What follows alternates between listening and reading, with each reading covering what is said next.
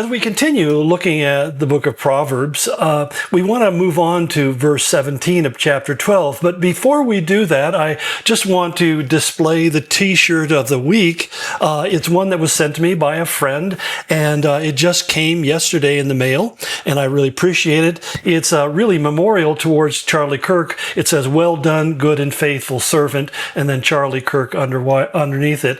And I just think it's I appreciate it. I really do. I think that Charlie was one of those rare individuals in our age who really has become a modern martyr for the cause of Christ. But let's go on and look at the passage that we want to focus on today in verse 17 of chapter 12. It says, "An honest witness tells the truth, and a false witness tells lies." One of the things that's really troubling for most of us is when people present themselves as being truthful when in fact they are not. And when we discover that we have been lied to, we have been manipulated, we have been used by other people for their own selfish advantage, it's a pretty painful moment because in a way, when you trust what somebody says to you, you trust them as a friend or a family member, and then you find out that they don't value your feelings very much, and they would do so to manipulate you or lie to you, it's really easy to to fall into that anger thing that we talked about yesterday. And one of the things you have to understand about people in general, I think it's just a truth across the board, that people who lie. I mean, I hate to put it in such simple terms, but the reality is there's really a habit that people develop of not speaking the truth, because every conversation they go in thinking, how can I communicate with this person that will put me in the most positive and affirmative view? And I don't mean trying to be a nice person or come across as supportive and complimentary. I mean that you'll say whatever you need to say in order to come out ahead. And because oftentimes we show our love towards other people not by just telling them what they want to hear or flattering them, but rather by speaking the truth in love. And that's one thing that people who are habitual liars really don't like is the truth. They feel like it's a personal assault, an attack on their identity, and they feel devalued. Now, we can spend a lot of time talking about how does somebody come to that point psychologically in their life, and the answer is probably they've gotten deeply hurt by other people through a variety of situations, and they've decided that anybody who says something critical, even if it's corrective and for their own good, is an enemy and therefore can't be trusted. And so what they do is they begin to lie. And all of us do lie, by the way. In fact, psychologists say that we start lying at about 18 months to 24 months. A child will say that something isn't what it is just to keep themselves from getting in trouble. And so I remember one of my sons one time when he was a little boy, he was up on the counter, the top of the cookie jar was open, his hand was in it, and his face was covered with chocolate chips. And I walked in and looked at him and I said, "Are you eating the cookies?" And his answer was, "No." I mean, it was so obvious that he was lying, and here he was only about 2 years of age. So it wasn't something that had to be so much taught.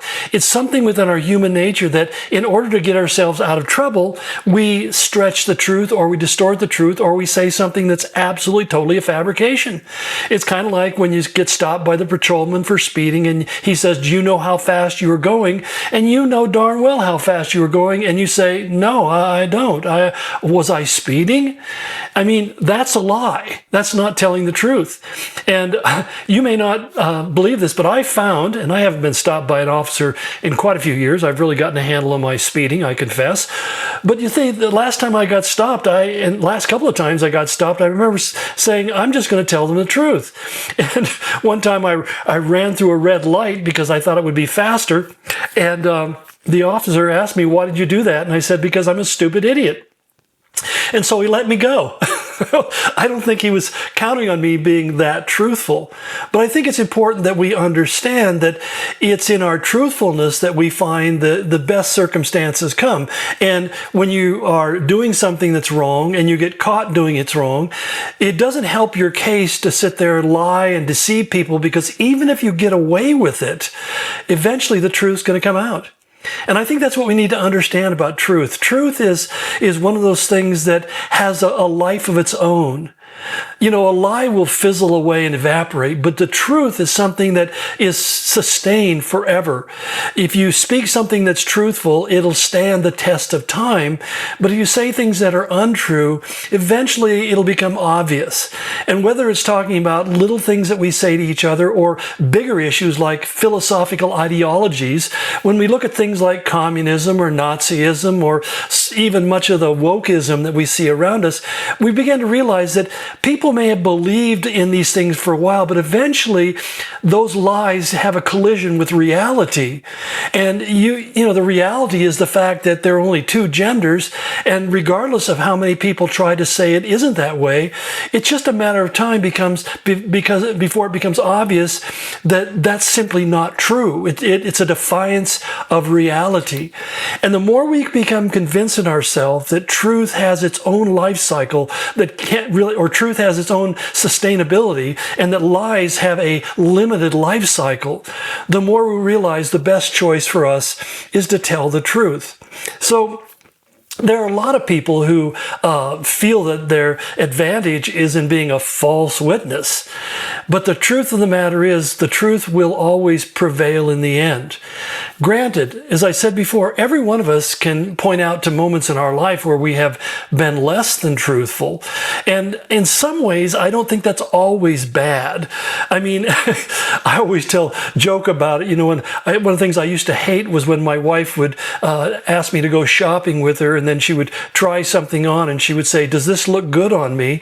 And I would sometimes say, "Well, yeah, it really does look good, but you might want to try something else." I found that eventually I just had to say, "Honey, I don't think that's flattering, and I think you should wear something else."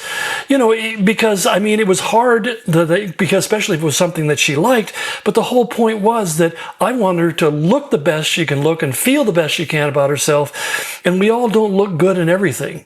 And some of us, as we get older, don't look good in much. But the whole point is that honesty is, as the saying goes, the best policy. And why do we have cliches like that in our language? Because they're truth. They're not just cliches. Cliches can be things that are proven truths in life. And so being an honest witness, trying to recall things the best and the most accurately as we can, being willing to also admit that I'm really looking at it from my perspective, I don't have the complete facts here, but at the same time, not to be somebody who uses untruths in order to be an advantage for them personally. These kind of disciplines in our life are really critically important. And I would encourage you to focus on being as honest as you possibly can without being hurtful. And that may take some practice, because some people they'll tell you exactly what they think, and they do it in the most insensitive way that it's not helpful. It takes you so long to get over being hurt, it's hard to sit back and say, well, maybe there's a measure of truth in it. Because I've found this, even in the most unfair criticisms, and believe me, I think I've experienced a lot of that over the years, especially when you go online, but even in the most unfair criticism, there's always a degree of truth in that. There's always a certain percentage, and to ignore that small percentage is not to your advantage, even if it makes you feel better by simply saying there's no truth whatsoever. I remember my wife telling me one time she was pointing out something that I was doing, and I was kind of hurt and offended by it. And she said, "You have to understand, I'm telling you this because I love you, and I want you to do the best and look the best you possibly can. And so I'm not saying this to put you down. I'm saying this to help you to improve." And I remember it kind of caught me off guard, and I thought, well, then I should be saying thank you for taking the time to help me understand what I'm doing and to see myself through a different lens. So I hope that you and I can learn together in this regard as we struggle with the issues of relationship and life in general. God bless you and go in His grace.